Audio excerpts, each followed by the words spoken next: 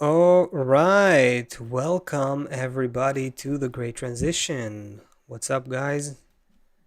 Hello, people. Hello, hello, Hello. hello. Yes, Stuff. yes, all Yes. right. We can hear everybody, we can see everybody. Welcome to the Great Transition. If you are new here, if you're watching this for the first time, maybe watching the recording or live, we are the Great Transition, and all of us, all of humanity is in the Great Transition. In this show, we are exploring something that we refer to as the Great Transition, and it's a turning point in human evolution according to the wisdom of Kabbalah. The authentic wisdom of Kabbalah discusses a special evolutionary phase of human development where everything's changing, where the rules of the game are beginning to not work the way they used to, and new games are at new laws, new rules, or a new game is happening, and we need to figure out what it is. Um, so, in a nutshell, all of humanity is a single network. We are a global superorganism. And you can think about it like this gigantic collective machine, if you will, or a collective entity. And that collective entity is gradually finding its state of homeostasis, if you will, or a state of balance, a state of a synchronous configuration between all of the elements and all the pieces. And by the way, it's not just humans, all of the minerals, plants, and animals, and even the constellations and the stars and planets and galaxies, everything, the whole universe is actually a single meta network. It's a network of networks, and it is gradually finding a synchronous configuration between all of its pieces. And the pieces that are actually going through this process of synchronization in a conscious way are us human beings. And so everything that we go through in human society, in human development, throughout all of human history from this perspective is a process of calibration. We are gradually calibrating each other, calibrating ourselves. The entire system of humanity is gradually becoming calibrated until it can find this final balanced synchronous configuration. This is a state that Kabbalah refers to as the final calibration, or in the Kabbalist's words, the final correction. Kabbalists refer to these calibrations as corrections. Corrections of what? Of our perception of reality. That is really what's being calibrated. And that means that everything that we go through in life, personal, social, global, from all the way from debates that we are going through politically, culturally, socially, laws in human society that we disagree with or agree with, and disagree with those who do agree with them, and so on. All of these conflicts between us, all of these ideological rifts and schisms between us, that, as well as every decision that we make in life, be it the smallest, most trivial thing there is, even to the point of choosing, what video on YouTube to watch, or picking up groceries. It doesn't matter. Everything we're going through on a personal, social, or global level is part of this cosmic calibration, if you will. We are gradually calibrating our perception, even in the simplest decisions that we make. We're, of course, not aware of most of it, unless we learn how to be aware of it. But that's what we are going through individually and collectively, even when we shop for groceries. Today, in our time, in the 21st century to be specific, we're entering a new phase where the whole system is calibrating itself as a whole. That means that each and every one, every cog in the machine feels more connected, more interdependent with the rest of the cogwheels, if you want to use that analogy.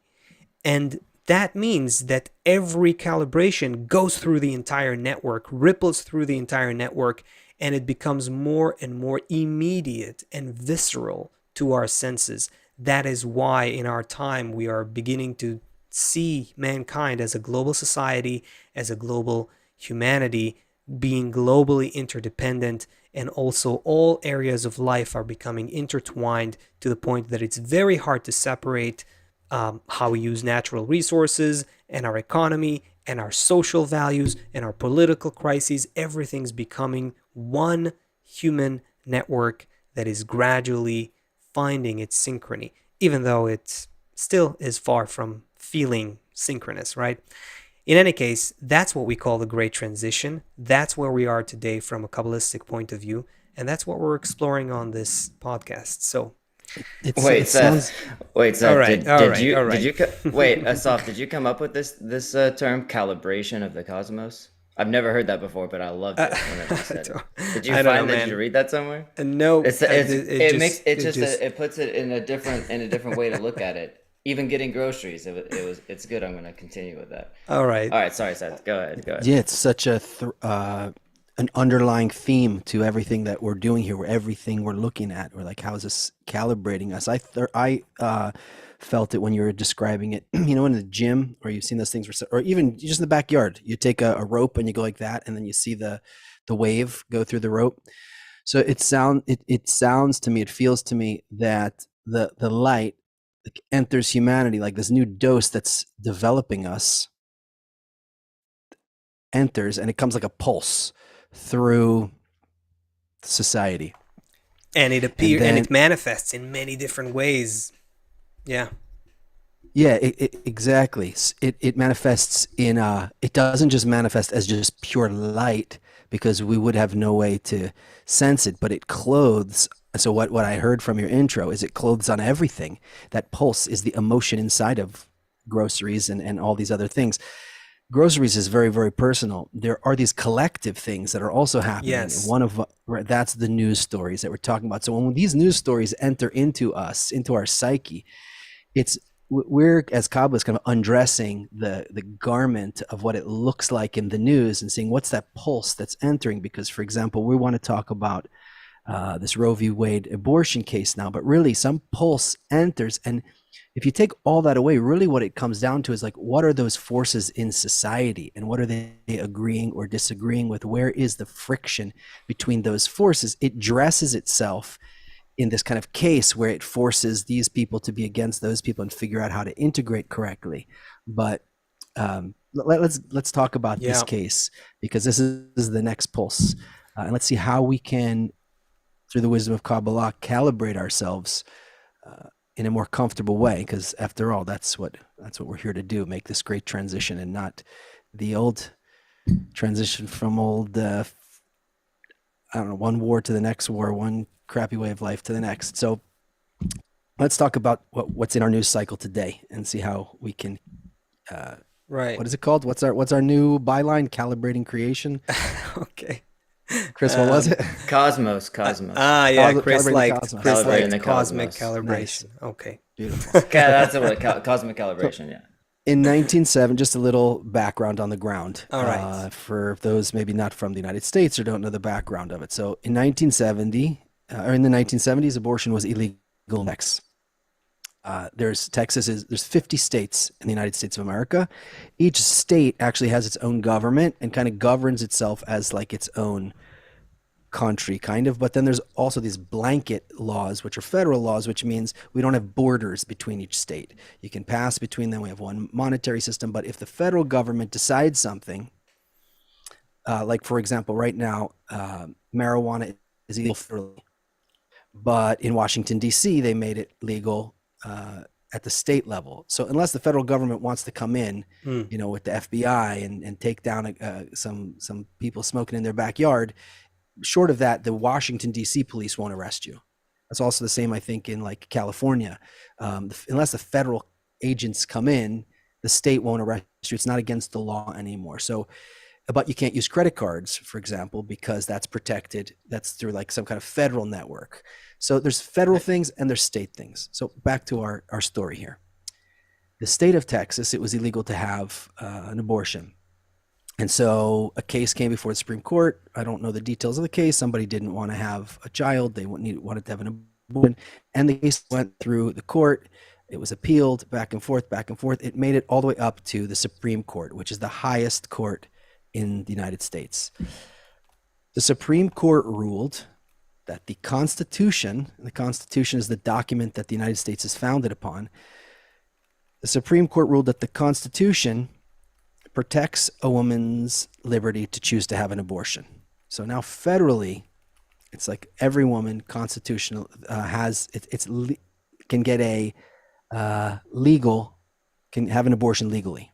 Okay, so this of course sparked a lot of religious and moral conflicts over a woman's body. Does the state have the right? Does a person have the right? So as of last Friday, this case came before the Supreme Court again, and federal protection of abortion access was taken away. Mm-hmm. So now the states again, so that now the federal government did not make a ruling, it's up to the states again. So what's the issue? The issue is because America is basically divided 50-50 in half. I don't know how many states will allow it and how many won't, but we can generally see that America is very divided, like kind of 50-50. So half of the states presumably will allow it to be legal and half the states will not allow it to be legal. So if it's illegal in a certain state, so then a woman will either have to have the baby. And there's a lot of questions about, what if it was a crime that how she got pregnant or whatever? Okay. Or she can travel to a state where it's legal, but then it becomes an issue maybe of economics because what if a person can't afford to go to another state, or she can have an illegal abortion? Okay. So there's a lot in the... This is just to put it on a timeline. So this is 50 years after it was legal on the federal level. Now, okay, so 50 years later, the federal government said that it's not a constitutional right, which means the states can now choose it, decide it on the legislative level, on their level. Of course, exactly. So of course, a state like California, which is very liberal, will keep legal abortion access legal. Another state that's more conservative, and some already have, will say no, it's illegal, and they'll same day shut down the and that's what may lead to, like you said, this tourism for abortion situation in some cases, if you put it that way. I think this was a trending term now on Twitter or something like that, or illegal abortions if your country doesn't allow, and that if your state state doesn't. If your state doesn't allow it. Right. Yeah. Basically, overnight, you're like where you live. Since the states now can decide just where you live now, that's what dictates what kind of expenditure you'll have to take upon yourself to get to have an abortion. So living comfortably or not, if you're a person that's in that situation, your life is directly affected. Yeah, if it's just a question of money. Right. So that's the thing about this is there's so many levels to it. So one is money, right? There's a person who would decide something, but they don't have money, so they can't. And then there's another person who would decide, but they do have money, so they can. So there's that. Then the other thing of, what if the baby has arms and legs and a head and would be healthy if it was born, say it's 6 months in, 4 months in, 5 months in, right? So some people say that that's murder, and some people say it's not. It's not birth. It's not a baby. So there's many, many angles. So the first question I want to put on the table, there's no shortage of points of contention here. Right.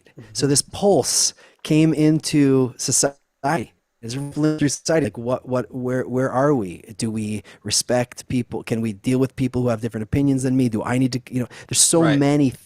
It's so disruptive, this pulse that came in, and can we then calibrate ourselves? Can we absorb that pulse and kind of equalize with it, or will we, create do our normal human monkey trick where we'll light cities on fire and kill each other? So the first question to put on the table for the Kabbalists, and let's all try and work this out is, what does a Kabbalist think morally about abortion?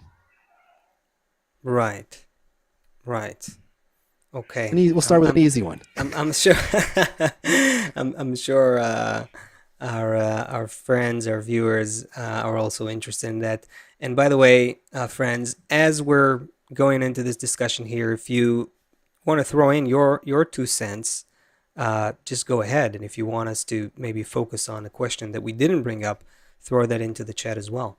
So how did you phrase it? What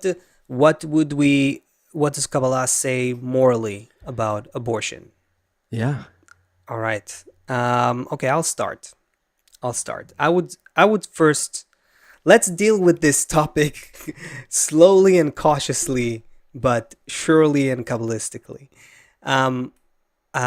Morals, ethics, codes of behavior, what's right or wrong, what you should or shouldn't do.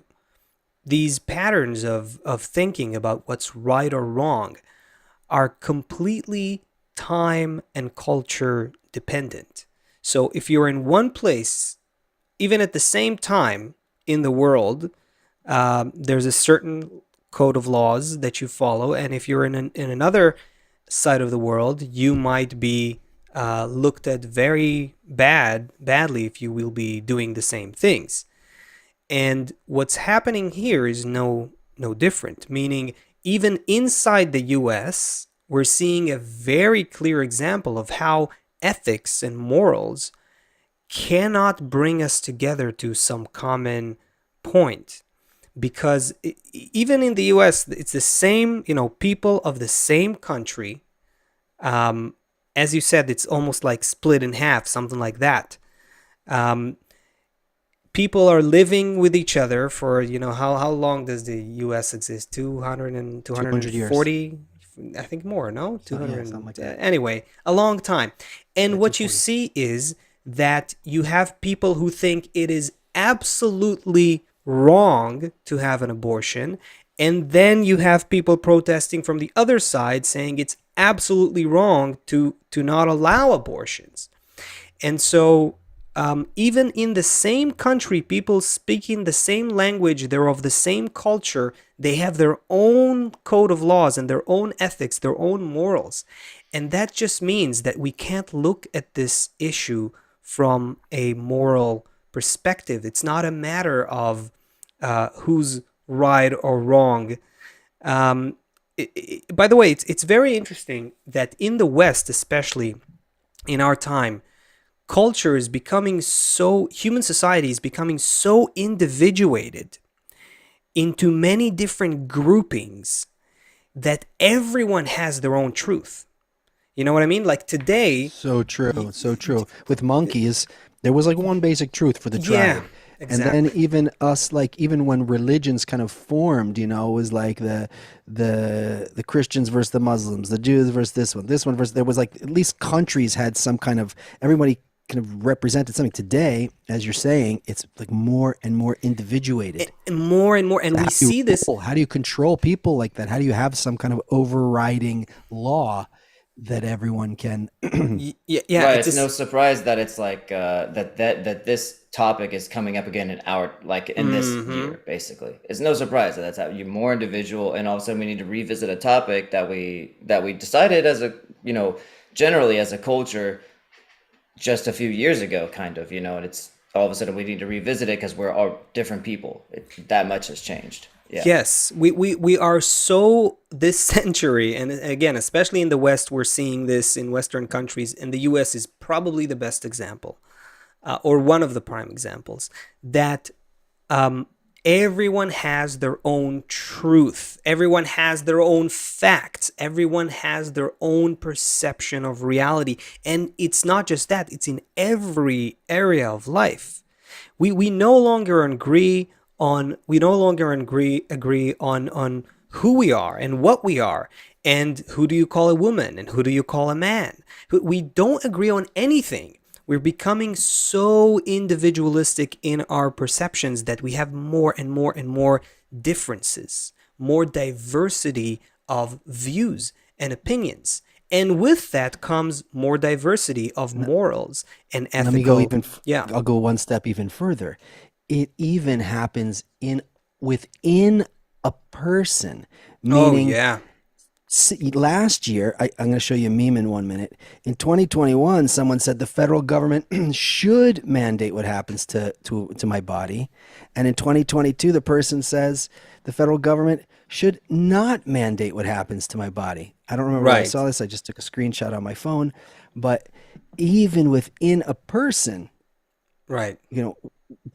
so each person really wants the law to adjust every minute based on what's good for me. Exactly. So basically, we have a very shaky basis if we're looking for what is what is morally right or what is ethically right, because the very definition of ethics depends on who you are, where you're from, and today even what kind of algorithm feeds you. If you're a teenage, God forbid, you can hear about some of the things that are happening in Ukraine now. If you're a young woman who's raped by some invading soldier, it's might be it is a very, very different situation than somebody who's consensually partying and or whatever. It's just a totally unique situation that's very different. So to make It's one, yeah. To Well, make Chris, one. go ahead.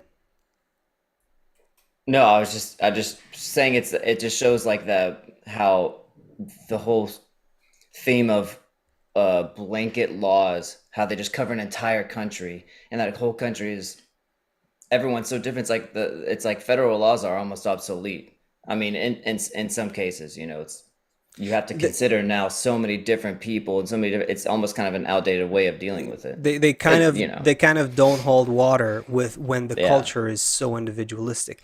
The yeah. the but wait, I want to say, um, you know, I don't want us, I don't want our viewers to think that we'll stop here and evade the question, but there is more to say about this. So how does a Kabbalist look at this situation, right? Let's get in there. How does Kabbalah give us any kind of ruler by which to look at this situation, including abortion? So a Kabbalist looks at everything in reality through a very simple, unchanging prism, unlike ethics or morals, and that is laws of nature. Very simple. There are laws that determine our physics and our biology and our chemistry and our psychology, and we know them to some extent, but there are also laws of nature that have to do with everything that happens to us socially and culturally. And that has to do again with the general process of calibration that we're going through.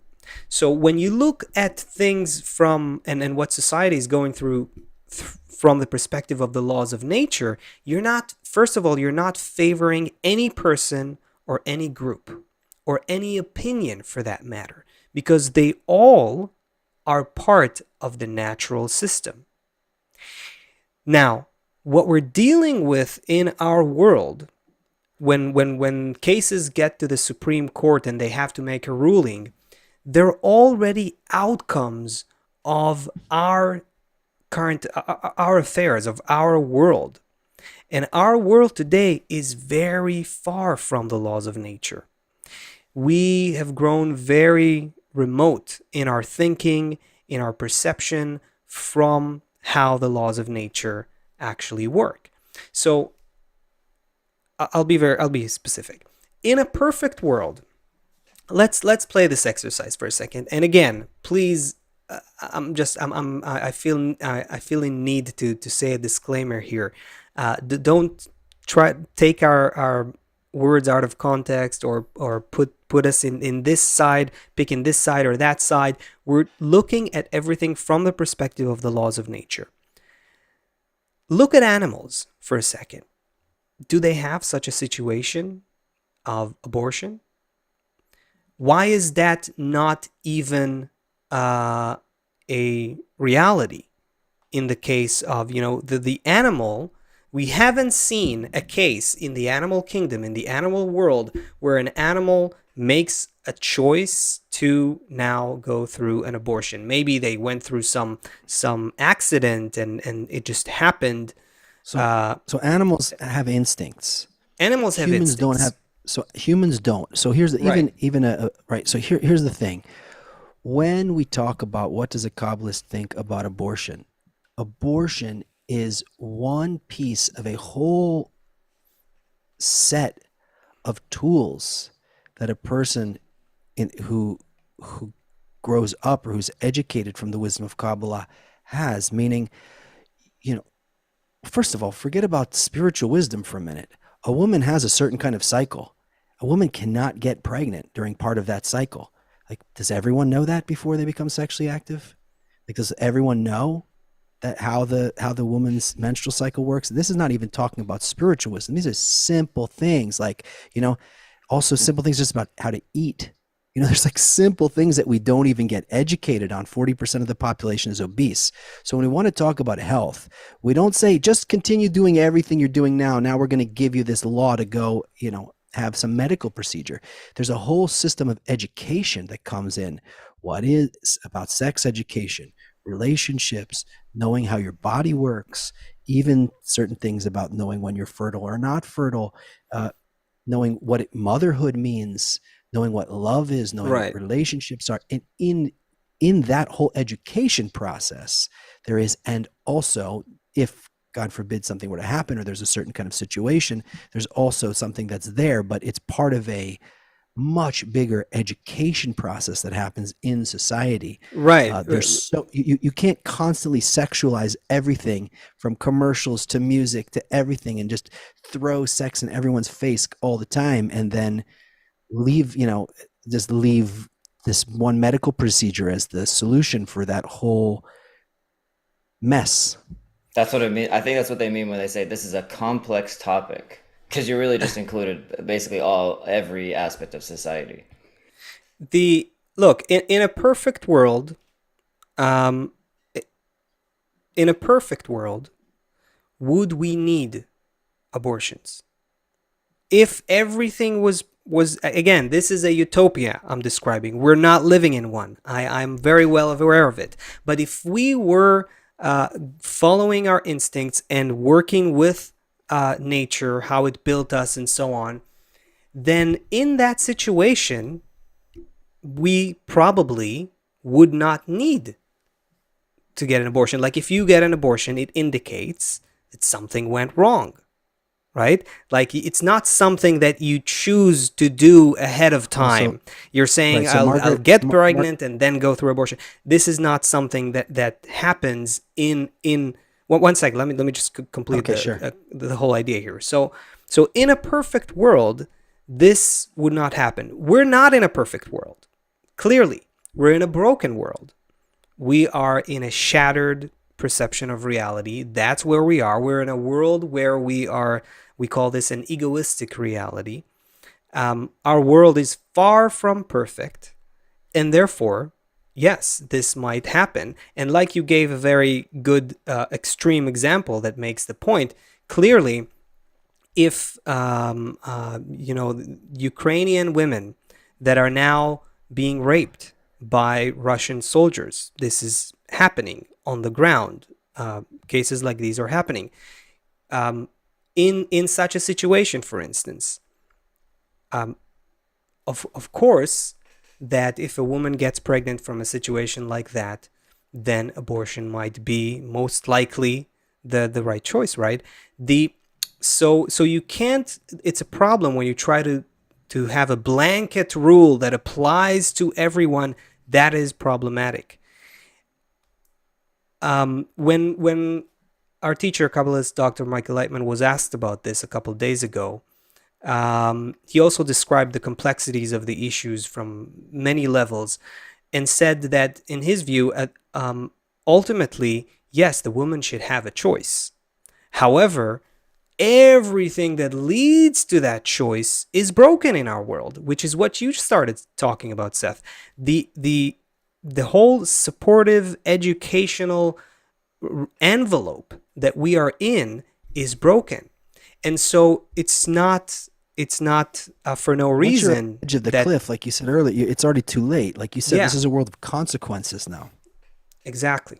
So basically, the way I see it is, if we want to make, as take just the United States as an example. If you want to make the correct decision, you're basically saying, let's fix all those things, and then it'll bring us to the right decision. Basically, we're saying we can't. There's no such thing as making a right or wrong decision here. It just, this is what we have. It's a broken thing, so that's fine. But what actually?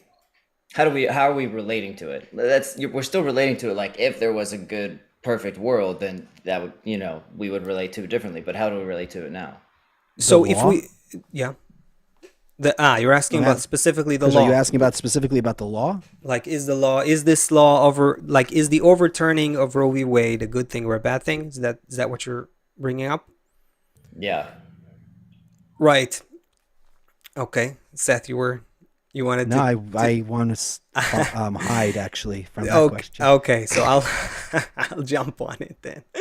This goes Save a back. friend. Jump on it. This goes back to exactly our most recent point that we brought up. In our world, we are dealing with outcomes. This is why we're not even dealing with the root problem. It's not just in this case. It's in many cases. It's with regards to many laws.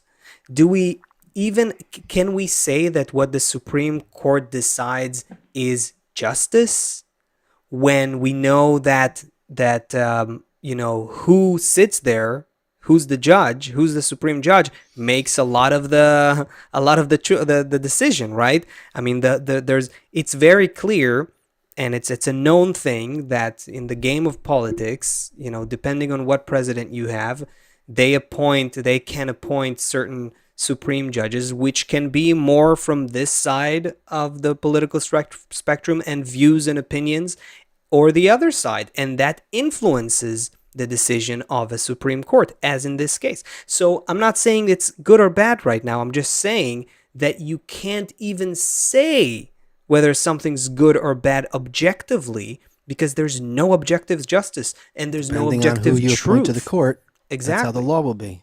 Exactly. So our laws, to begin with, they're all bad. That's what I'm trying to say. Oh, All yeah. our laws all our laws are band-aids. They are hodgepodge fixes. Now, there's a better word for that. Yeah. I mean, that's totally, very clear. Okay, Yeah. so they're just band-aids.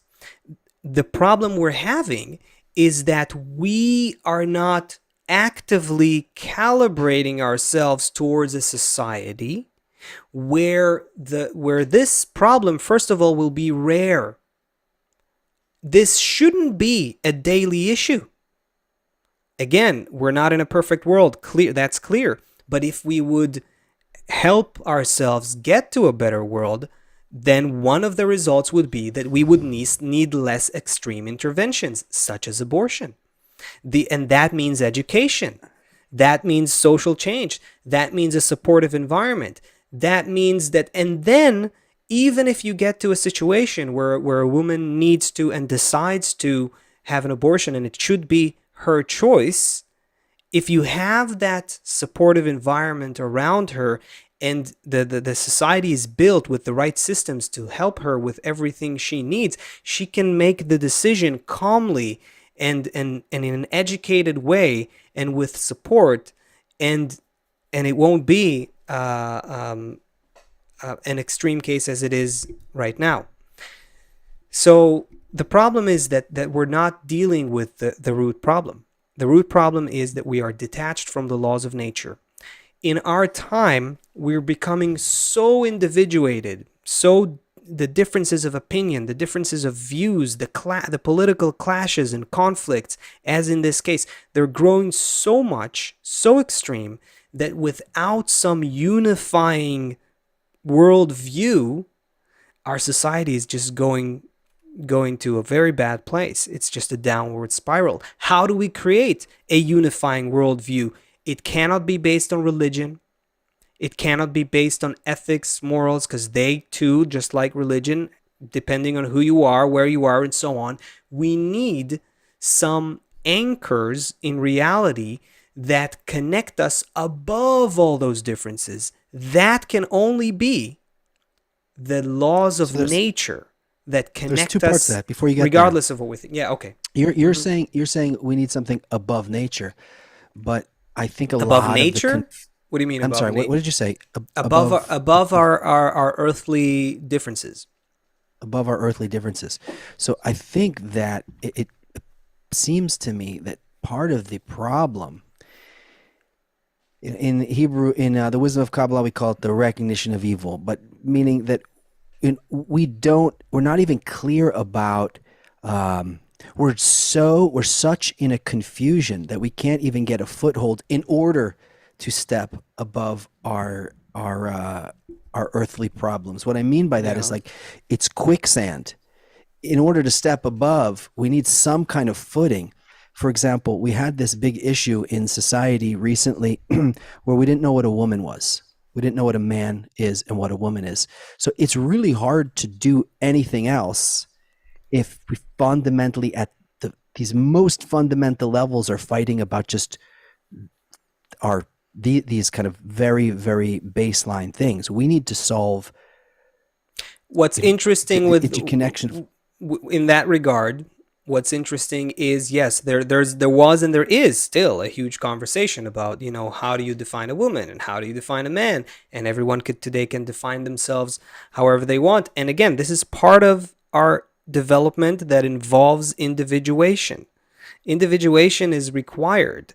It's a part of our evolution. So it's only natural that this is happening on the one hand. On the other hand, now you have this law that doesn't matter how you define yourself culturally, or law from nature, not law from the Supreme Court of the United States. No, I mean the law from the Supreme Court, that this law I thought you were going in another affects only those who can have an abortion and therefore have a baby, right? So it doesn't matter how you define yourself. This law affects only certain people. Only people, women, who get directly. That's what the law affects. So what does that mean about our conversation about who can, how you define yourself? That's an interesting huge conversation there. Yeah, there's a huge conversation there, because as I'm going through the great transition, I discover a killer inside of me. I discover a thief inside of me. Meaning, I discover inside of me all these things, these feelings that come up, these thoughts that come. I also discover a lover inside of me. I also discover feelings in me that are soft and more feminine. I also discover in me feelings that are hard and more aggressive.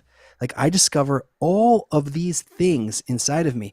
These are, as these pulses are coming into humanity, not me. Every single person is feeling all of these things inside of us. And yet there's some fundamental kind of laws of nature, like gravity. It doesn't matter what I feel. I'm not going to jump off. I don't care if I think I can fly. I don't jump off a building. I'm going to die. So if we, as people, can start to ground ourselves. Help me out, guys. I'm trying to make a jump here between these kind of progressive pulses that are coming into humanity, that are kind of clarifying things on the ground level, and also then allowing us to kind of stabilize, because we can't step up if we're going to just be burning cities down and fighting with each other all day over fundamental things on the ground. Here's a okay. I think I see where you want to go with this. Here's the thing. We clearly have differences. On this podcast, we can go deeper into, what I think and what you think, what Chris thinks, what each of us, but that's not the point. Our point here is to look for what is the unifying principle above all of these views. Is there some reality that is collective enough between us that we can all sort of subscribe to? And that level of reality is above our differences. That level of reality is the natural force of nature's force that binds us together. It's the same law of nature that binds together all of the atoms and molecules and plants, minerals and planets and constellations and all people as well. That is the law of nature that we are missing connection with.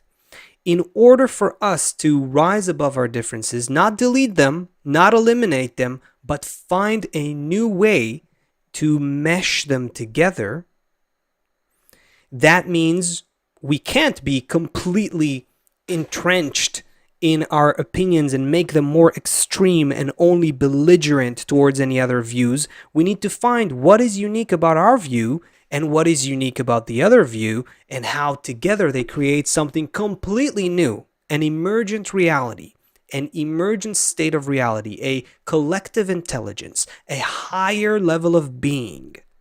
That is possible only if we raise the value of unity above the differences. That's the work. That's the thing that we can actually work on. And that is something that all of humanity will have to agree with one way or another.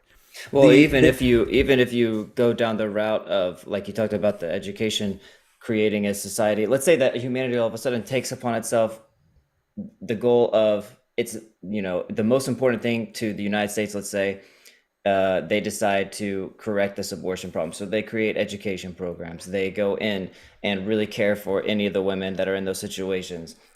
They go through this process. Let's say it takes 20 years, but they've created the perfect system to where if that situation happens, but we've reduced the situation a lot because we've created it. Even if you want to go down that path and you can really lay out all the groundwork, all the plans, and even, want to get the actual implementation, it seems like it won't even happen unless you have that one agreement that you just talked about just now, about this global agreement. Yes, that still needs to exist, even for that simple application. And we're being, what Kabbalists are telling us for a long time now. If you think about the writings of Bara Sulam, there's already 100 years there almost from his writings, is that gradually what we're gonna see, and this case is an example of this, from every realm of reality, from every area of human engagement, we're being pushed to see that we can't solve things with just, he's right, she's right, they're right, no, they're right, this law, no, that law. That is just band-aids. This law, it took it 50 years and now it's overturned. Who knows? Maybe it'll be overturned again as soon as they'll change some, supreme judges, right? Why not? And you can continue with this back and forth, but that's opinion. It's just opinions. Exactly. It's a war against opinions. Where are you going to get with that? Yeah. Yes, and again, while let's be clear here, Kabbalistically speaking, definitely there's no room for coercion, religious coercion, or any kind of coercion, and that is definitely a problematic aspect with what's happening right now with this law. Should a woman have a choice? Yes. To her body? Yes. Again, generally speaking, Kabbalah says coercion is problematic with the laws of nature. The laws of nature don't work on the human level with coercion, only on the instinctive level. And so whenever there's a choice, there's an issue, and therefore it's a problem if a woman doesn't have that choice. But if you don't have a supportive, educational, socially supportive environment enveloping all of us and all women and so on, when they get to that choice, that's also an extreme case, in an extreme scenario, a problematic situation, and the choice they can make can also be problematic. So you have to work on unifying society and creating the educational basis for this, the social basis for this, the support mechanisms that are required in order for these extreme cases to be a rarity and not a casual situation. We're dealing. Why is it that we're dealing with such a delicate matter here? Think about it. Why is it such a sensitive, loaded topic? The most of the people who are going out to protest and so on, and all of the chaos that erupted following this, if you think about it, probably most of the people are not affected directly by this law. First of all, if you're a man, you're not directly affected by this law, right? If you are, past the point of getting into getting pregnant, you're not affected by this law. If you are, and so on, right? So it only affects specific people, and yet you have to pick a side. You have to choose where you are. You have to stand on a certain side and join that commotion and throw arrows this way or the other way. That is the kind of toxic environment and social climate that we're living in. That will not lead to a solution. That will lead to another. Even if you don't want to have an opinion, you really do feel the pressure of having to take a side. You look just like in American jails. Now, if we were able, now this tension that's happening between us as human beings is not redundant. The tension that we have between us is required for the evolutionary process to occur. More individuation needs to happen between human beings at the level of their psyche, which means their views, their political views, their worldviews, their opinions, and so on. It needs to happen. It's part of evolution. It's just like cells that individuated into muscle cells and bone cells and skeletal cells and so on, and that allowed for a higher level of organism to emerge. So you need individuation. Baal HaSulam writes about this very clearly. You need criticism in society. You need differences in society. Otherwise, the society degenerates and it's not growing. It's not developing. So we need the tension. Same with vegetation. You have to have biodiversity for it to flourish. Exactly. Such a perfect example. Without biodiversity, which is what's happening right now, our life support systems are in decline. That's what's happening. So imagine I'm going to just to get to the point of it. Sorry, that was anyway. So you need the diversity of views. What does that mean? That means that, first of all, if I think about this case, the abortion debate, if I think on one way, and there's another side of the story, and like you said, in the US, it's like 50-50. This country is so divided on this.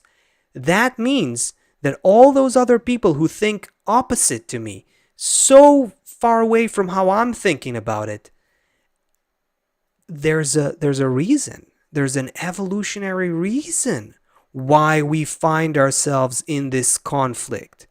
And the evolutionary reason is this. If we were able to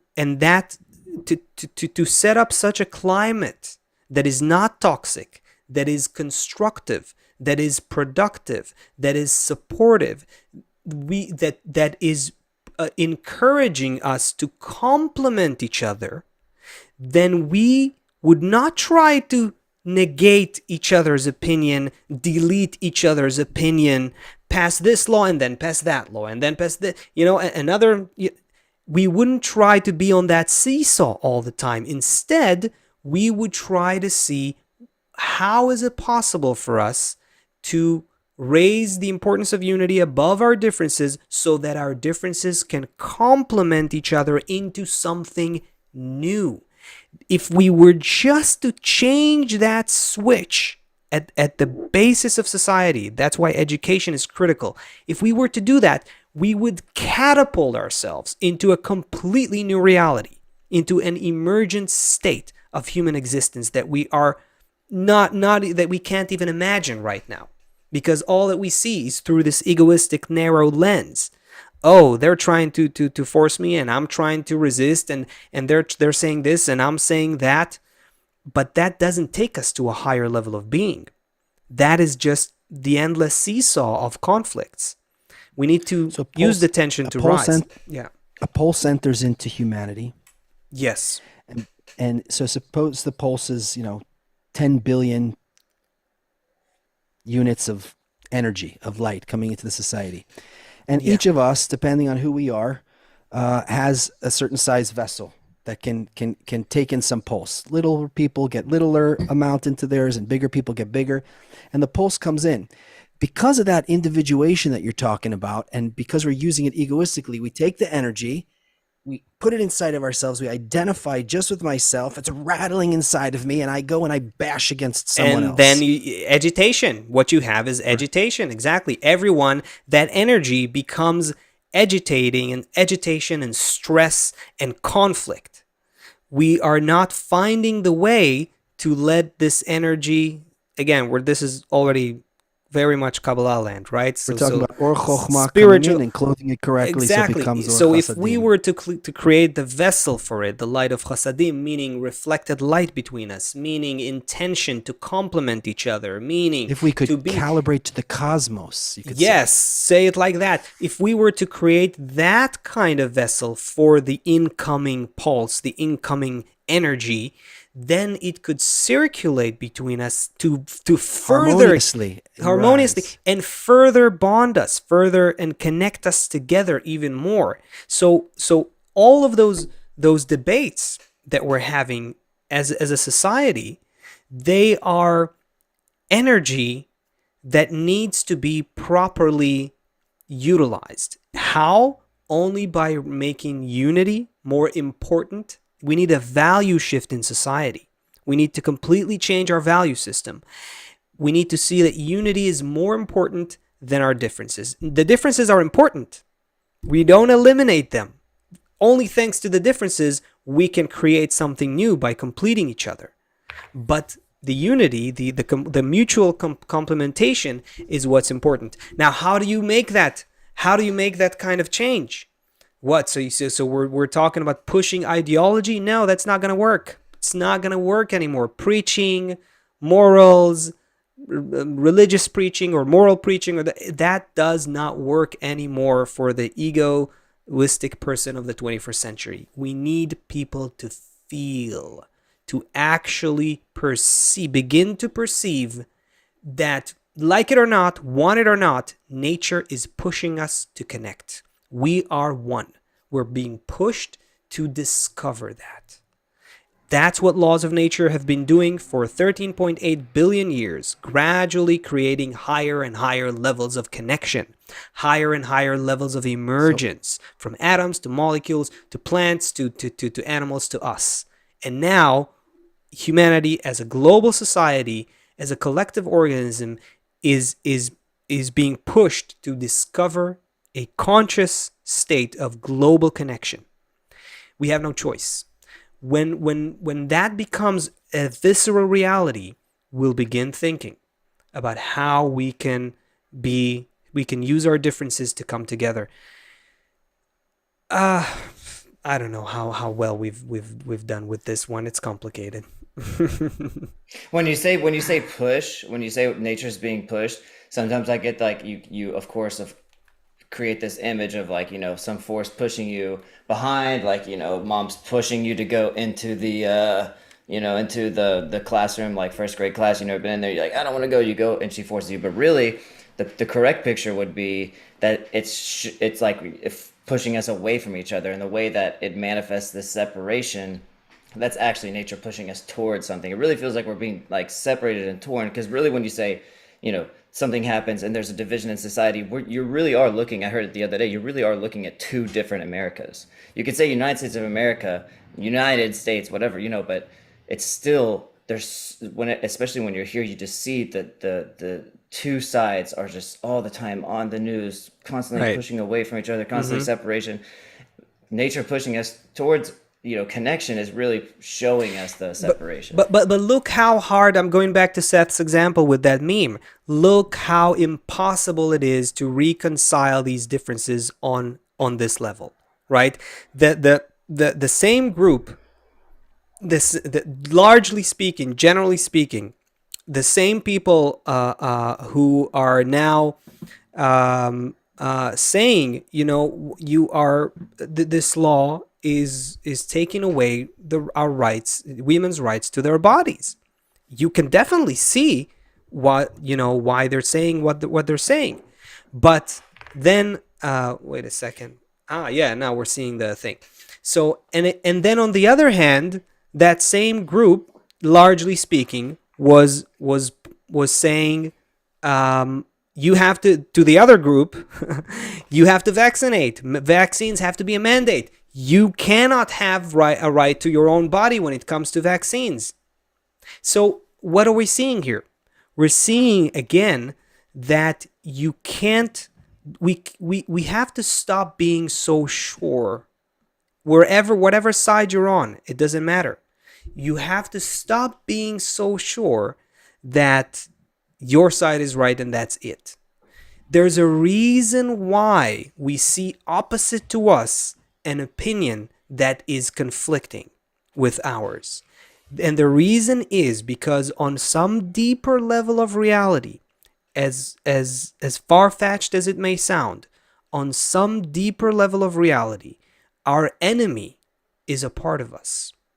Otherwise, we wouldn't be able to perceive them even in our perception of reality. And the reason we see others as our enemies is because we are feeling the distance between those parts of us and those parts of us and us, so to speak.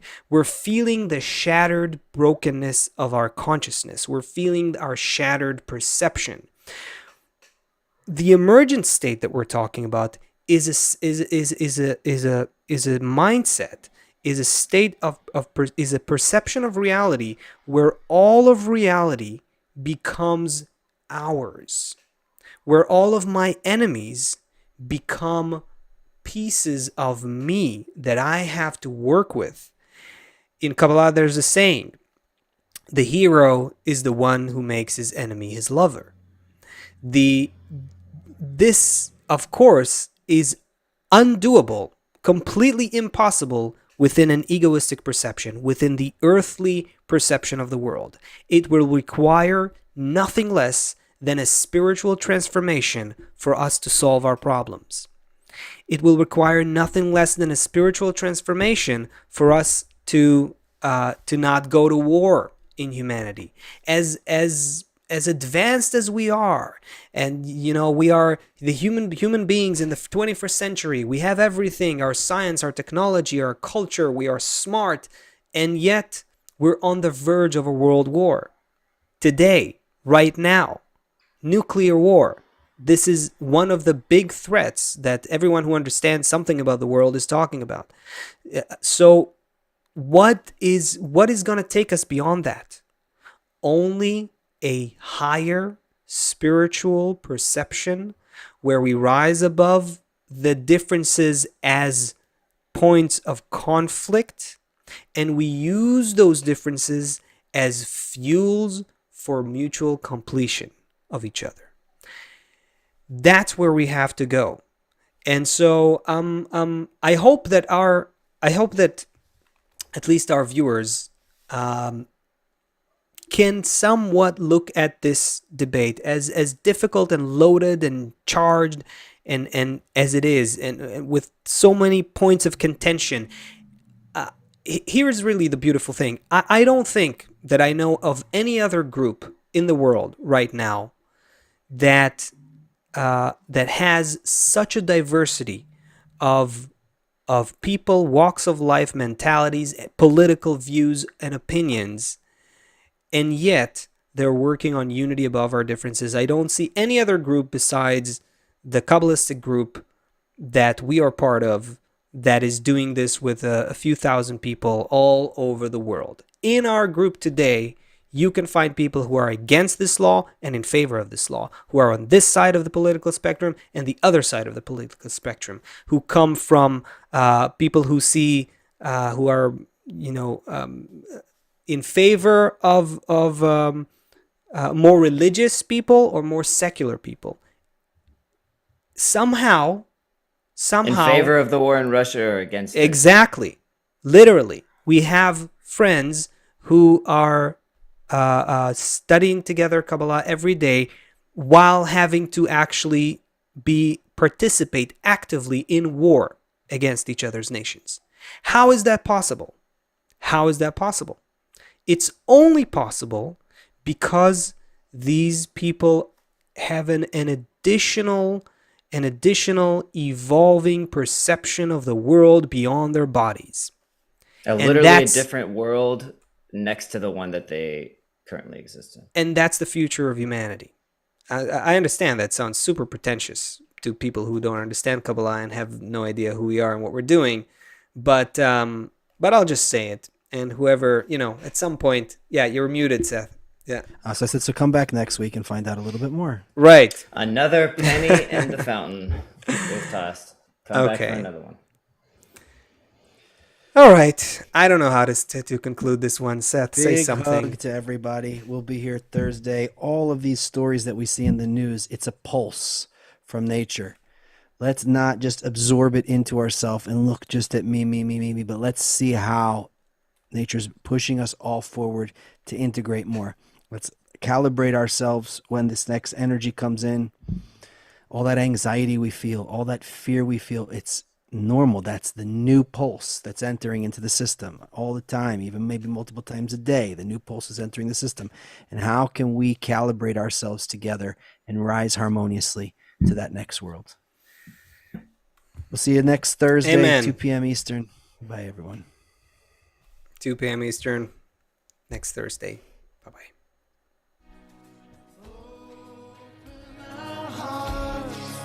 All right. Pick up the volume a little. Yeah.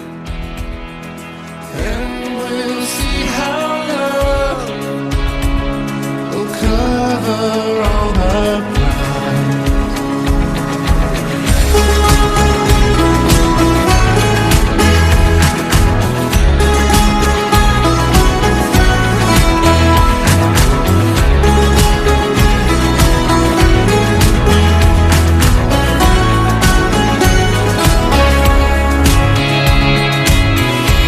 On the border there's a song that plays, and in our hands we have a choice that waits. Together rising high above these lies, we see the world through your eyes. In every moment there's a chance to see another vision of what we could be. Behind the colors of this shattered heart, the color of unity. Open our hearts, together we